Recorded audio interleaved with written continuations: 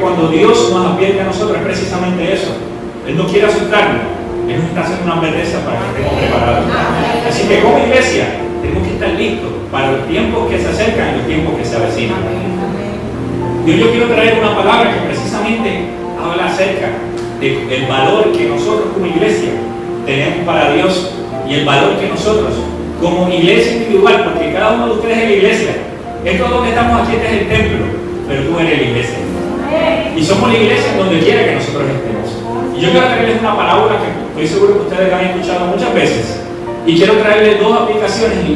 ¿Verdad? Yo quiero que vayan buscando en Mateo capítulo 13. Mateo capítulo 13, versículos 45 y 46. Solamente dos versículos. Y dice así la palabra del Señor. Dice: el reino de Dios también es como un vendedor que buscaba perlas finas. Se lo voy a repetir. Dice: el reino de Dios también es como un vendedor que buscaba perlas finas. Cuando el vendedor encontró una perla muy costosa, fue y vendió todo lo que tenía y la compró. Que el Señor añada bendición a su palabra. Se puede sentar. Jesús quiso que sus discípulos valoraran en todo lo posible la importancia del reino de los cielos en sus vidas. El Señor buscó por todos los medios que a sus seguidores entendieran el valor incalculable que tenía el reino de los cielos para cada uno de ellos. Y para hacerlo, usaba ilustraciones que nosotros llamamos parábolas, para que ellos pudieran entender el punto de lo que Él quería traer. La frase griega, ¿verdad?, que aquí en esta palabra dice que es una perla de gran valor o una perla de gran precio. En su idioma original, en el griego, solamente se utiliza en una sola ocasión adicional en la palabra. Y es cuando María fue a los pies de Jesús y rompió ese frasco de nardo, ese frasco de perfume muy costoso, para ungir los pies del maestro, porque el maestro dijo que lo estaba preparando para el momento de la sepultura. Esta perla evidentemente tenía mucho valor y costaba mucho dinero. Este comerciante que nos habla aquí en esta parábola no era cualquier comerciante que simplemente vio una perla y deseó comprarla. Nos está hablando de alguien que era un experto en la materia. Nos dice que él tenía ya perlas, pero que encontró en esta ocasión una perla de gran precio o una perla de gran valor.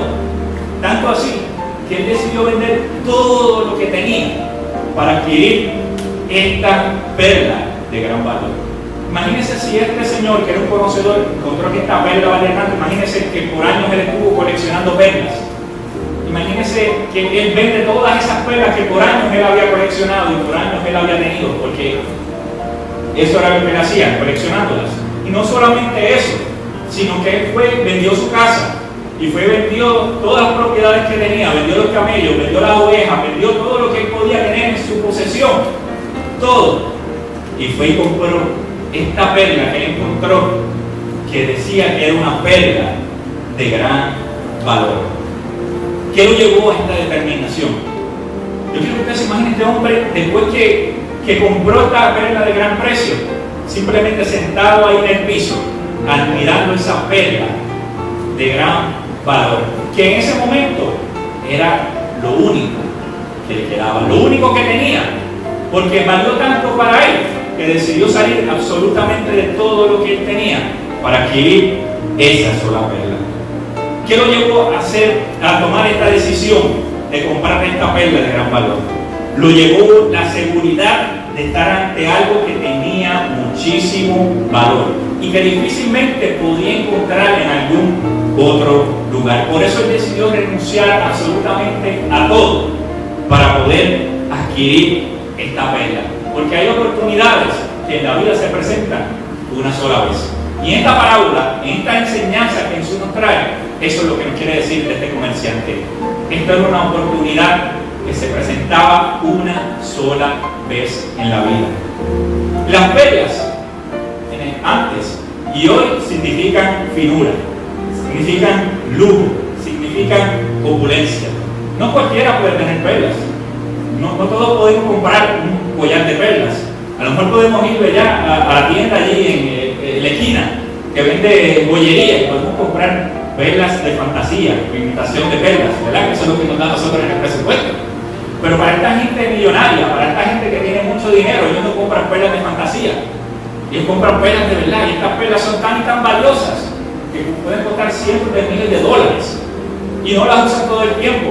Las exhiben en ocasiones especiales. ¿Por qué Jesús utilizó la perla como símbolo para describir a la iglesia?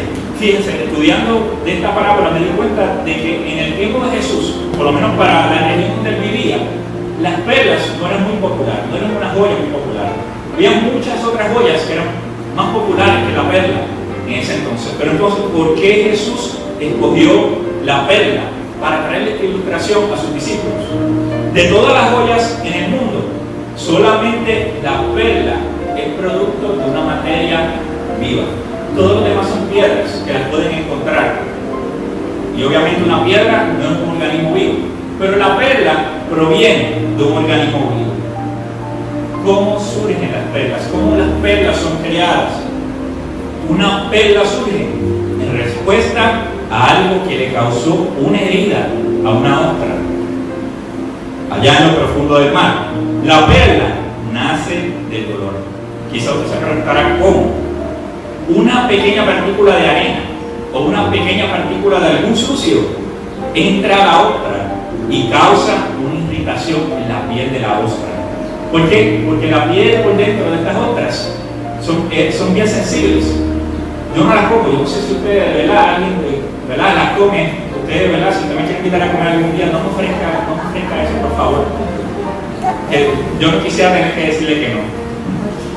Pero lo que produce adentro de estas ostras, lo que se produce de esa herida, de ese dolor, es algo que más adelante se convierte en algo muy valioso. Así que esta partícula de arena, esta partícula de sucio, entra dentro de la ostra y la ostra no tiene manera de removerla, no tiene manera de sacarla de su organismo. Y entonces, ¿qué es lo que hace? Su manera de defenderse, su motivo de defensa es transformar eso que le causó dolor, eso que le causó una irritación, en algo valioso. ¿Y cómo lo hace? La ostra comienza a cubrir esa partícula de arena con una sustancia que se llama nácar. Posiblemente, ¿verdad? No, los jóvenes no lo van a saber, pero si nos vamos unos añitos atrás, usted posiblemente escuchó un anuncio que salía mucho por la televisión que decía crema de concha nácar. Tienen que haber escuchado, ¿verdad? Que alguien tiene que haber comprado, no voy a preguntar quién, pero decía crema de concha nácar, que le prometí a usted tener esa piel sedosa, esa piel líquida.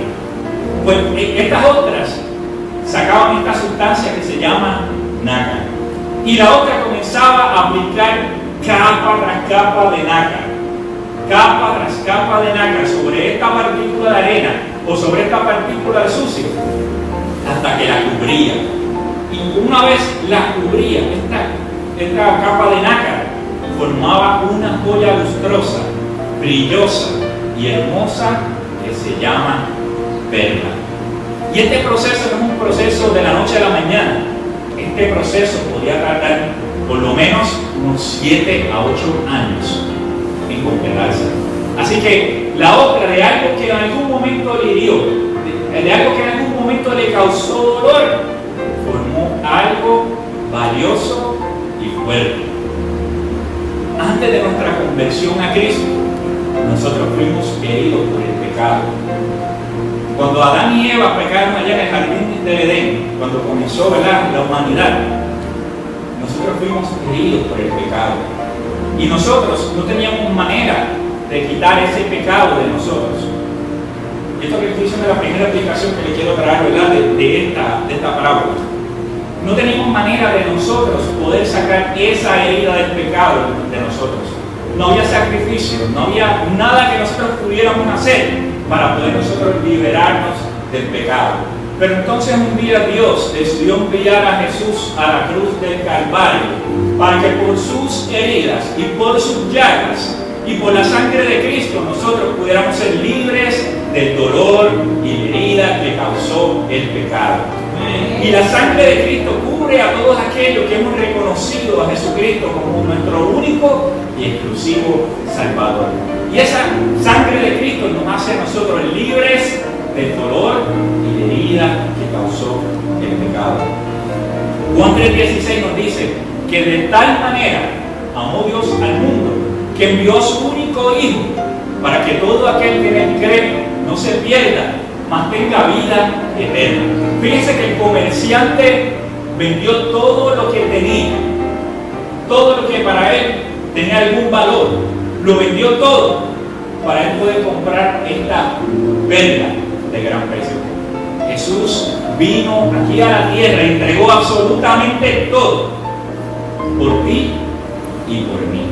Jesús fue ese mercader que entregó todo, y la iglesia es esa perla de gran valor. Mire si la iglesia es valiosa para Dios, que entregó lo más valioso por nosotros. Y la sangre de Cristo nos cubre a cada uno de nosotros. Primera de Corintios 6, versículos 19 y 20, no tienen que buscarse, lo voy a leer rapidito, porque es un poco rápido. Dice: ustedes no se pertenecen a sí mismos, porque Dios los compró con un alto precio. Por lo tanto, honren a Dios con su cuerpo. Fíjense qué cosa, que al igual que con la perla, cuando es creada dentro de la ostra, la iglesia surgió en medio del dolor. Del sufrimiento nació belleza. Del sufrimiento nació la iglesia del Señor. Y de esa misma manera, nosotros, como iglesia individual, también por la vida muchas veces nosotros somos heridos. No solamente somos heridos por el pecado, sino que somos heridos por muchas cosas y muchas situaciones que llegan a nuestra vida. Hay cosas que Dios no las envía, pero sí permite que suceda. ¿Sabes? Dios no es un Dios morboso que se disfruta que sus hijos sufran. Pero hay cosas que Él permite porque sabe que son necesarias para que nosotros podamos crecer, para que nosotros nos podamos desarrollar, para que nosotros podamos madurar. Fíjense, una de las cosas bonitas que sucedió cuando comenzó esta pandemia, a mediados de marzo, es que pocos días después de que comenzó la pandemia, Daniel empezó a dar sus primeros pasos. Daniel caminaba por todas las paredes, se agarraba de los sofás, se agarraba donde le encontrara y él caminaba así. Pero no se soltaba y no quería caminar. Hasta que un día, cuando comenzó esto, pocos días después, él se soltó y comenzó a dar sus primeros pasos. ¿Y sabe qué pasó? En esos primeros 2 o 3 días que él comenzó a aprender a caminar, a dar sus primeros pasos, se tropezó un par de ocasiones y se cayó y se fue de boca. ¿Sabe qué pasó? Se partió el labio. Y Daniel botó sangre. Y a mí como papá, yo creo que yo lo sufrí más que él cuando yo vi que él se cayó, que yo estaba esperando al otro lado, que él diera sus pasos y que yo verlo caerse y no llegara a tiempo para poder aguantar esa herida, para que él no se cayera y no se golpeara. Pero sabes, yo sabía que yo tenía que dejar que Daniel experimentara y comenzara a dar sus primeros pasos sin yo ayudarlo. Porque si yo todo el tiempo lo estaba agarrando para que él caminara y todo el tiempo lo llevaba de la mano, Daniel no iba a aprender a caminar. Iba a pasar el tiempo y no iba a aprender a caminar. Pero yo tuve entonces que aguantar también ese dolor, ese sufrimiento, de verlo dar esos primeros pasos y verlo caerse varias veces y darse un cantazo para que él aprendiera a caminar. ¿Sabes? Con Dios pasa exactamente lo mismo. Yo soy un padre perfecto, yo tengo muchas faltas como hombre al fin, ¿verdad? Como ser humano. Pero Dios es un Padre perfecto, y si yo sufro viendo a mis hijos caerse y verlos sufrir, ¿cuánto más nuestro Padre Celestial, nuestro Padre perfecto, sufre cuando usted y yo pasamos por alguna situación difícil? Pero como les decía, aunque Dios no envía todas las situaciones que nosotros vivimos, ciertamente muchas situaciones Él las permite, porque sabe que son necesarias para que usted y yo podamos crecer y podamos madurar en la fe. Porque si hay un lugar donde la fe crece, donde la fe madura, es en medio de la prueba, es en medio del momento difícil. Porque usted puede conocer muchísimo acerca de la fe, usted puede conocer la definición de la fe, usted puede conocer los frutos de la fe, pero no es hasta que usted tiene que ejercer su fe que verdaderamente su fe se activa. Así que Dios muchas veces permite situaciones que lleguen a nuestra vida y nosotros muchas veces nos tropezamos con situaciones regresó Daniel. Nosotros muchas veces nos caemos como se cayó Daniel. Pero según estuve yo ahí para levantar a Daniel cuando se caía, de esa misma manera Dios está ahí para levantarnos a cada uno de nosotros cuando nosotros nos caemos y cuando nosotros nos golpeamos. Pero el proceso es necesario. El proceso no es una palabra que a nosotros los cristianos nos gusta, porque nosotros quisiéramos recibir bendición sin proceso. Pero para Dios poder bendecirnos, para que nuestra fe pueda aumentar, para que nosotros podamos madurar, es necesario el proceso. ¿Cómo nosotros desarrollamos el perdón? Nosotros desarrollamos el perdón en medio de la ofensa. Porque no podemos aprender a perdonar hasta que no nos toca perdonar. Es fácil decir perdona a fulano, perdona al otro, perdona por lo que me hicieron, o yo voy a perdonar hasta que te hacen algo y te toca perdonar. Y sabes, Dios no quisiera, nuevamente digo, de que nosotros fuéramos heridos. Dios no quisiera que nosotros sufriéramos ninguna lastimadura, pero es en medio de las situaciones difíciles, en medio cuando nos hacen daño, es que cuando nos toca perdonar a nosotros, que nosotros verdaderamente aprendemos a perdonar.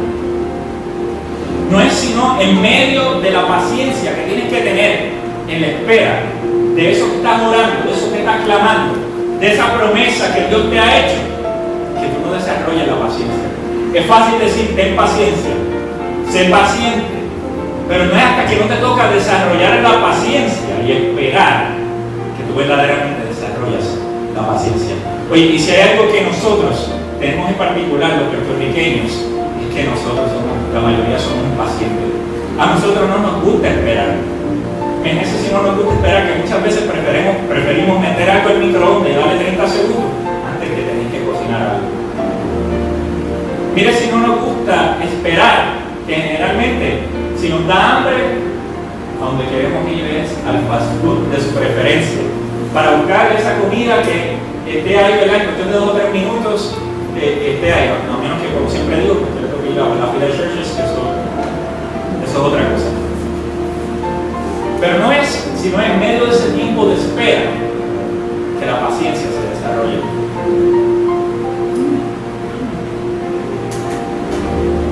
La humildad se desarrolla en medio de un orgullo quebrantado. Hay gente que no se torna humilde hasta que no vienen situaciones que lamentablemente lo humillan. Y saben, todo esto son heridas que son causadas en nosotros. Todo esto son heridas de algo que llegó ahí y que por nosotros mismos no lo podemos sacar. No nos podemos liberar de eso. Necesitamos la ayuda de Dios para poder sanar esas heridas. Muchas veces nosotros como cristianos vamos a estar en la montaña, en lo más alto, en el pico, pero otras veces como cristianos nos va a tocar estar en el valle, en lo más bajo, en lo más difícil. Es parte de la vida cristiana. Para José, ese lugar fue la cárcel. Donde Dios desarrolló a José fue en la cárcel. José era el nene lindo de papá, era el nene lindo de Jacob, era el preferido, era el de la túnica de colores, era el que sus hermanos odiaban, tanto así que decidieron venderlo.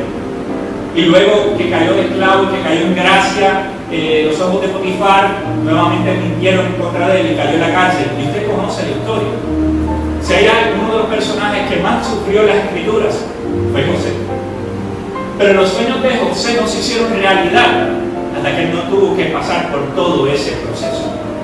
Así como la otra, José fue herido de diferentes maneras, pero ahí, en ese lugar donde él estaba, ahí en la oscuridad de la cárcel, como estaba en esa oscuridad, esa otra, ahí fue donde Dios comenzó a trabajar en la vida de José, y solamente Dios pudo sanar esa herida, a nivel de que cuando muchos años más tarde, cuando ya él era el segundo en mando en Egipto, cuando volvió a ver a sus hermanos, los pudo perdonar.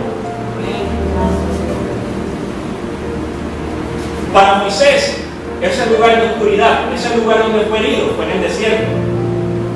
Porque Moisés también fue rescatado y cayó en el palacio y vivió como un príncipe por muchos años. Pero luego cometió el error de que mató a un egipcio. Ustedes conocen la historia, no se la tengo que contar completa. Tuvo que salir huyendo. Y no fue sino hasta esos 40 años que él estuvo allí en el desierto, prácticamente solo, lejos de las comodidades, lejos de la vida de príncipe, lejos de todo lo que había conocido, donde él fue allí herido. Pero fue donde Dios trató con la vida de Moisés, y donde años más tarde Moisés se pudo convertir en el libertador de Israel, del pueblo de Dios. Y por último, ¿verdad? Porque puedo estar todo el día mencionándolo. Y por último, ¿quién no conoce la historia de Job? Si hay un hombre sufrido en la Escritura, fue Job.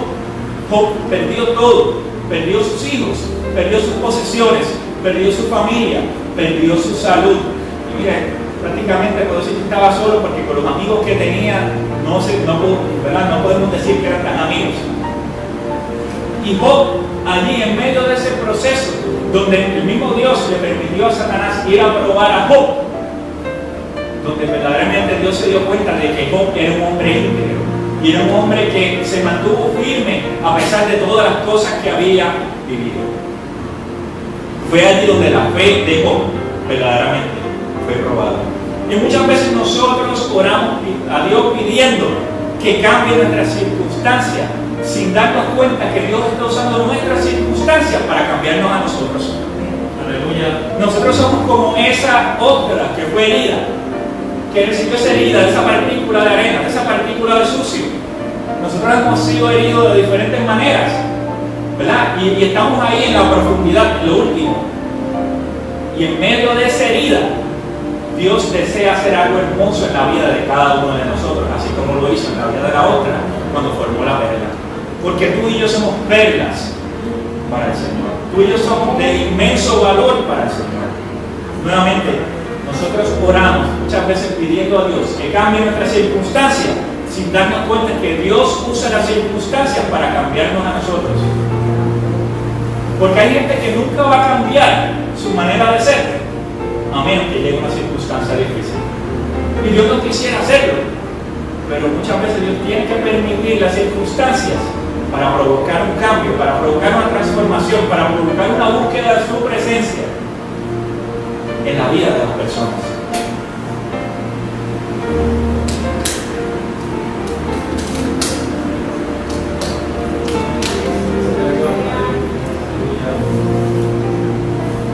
Estoy listo para cerrar casi, porque el mensaje es cortito, pero yo quiero cerrarlo.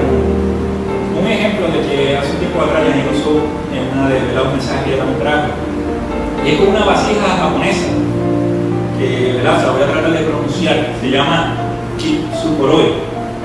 Y esta vasija tenía algo en particular, y es que esta vasija la creaba de una vasija que había sido quebrantada, una vasija que había sido rota, que se había caído, tenía una rajadura o se había partido un pedazo de esta vasija.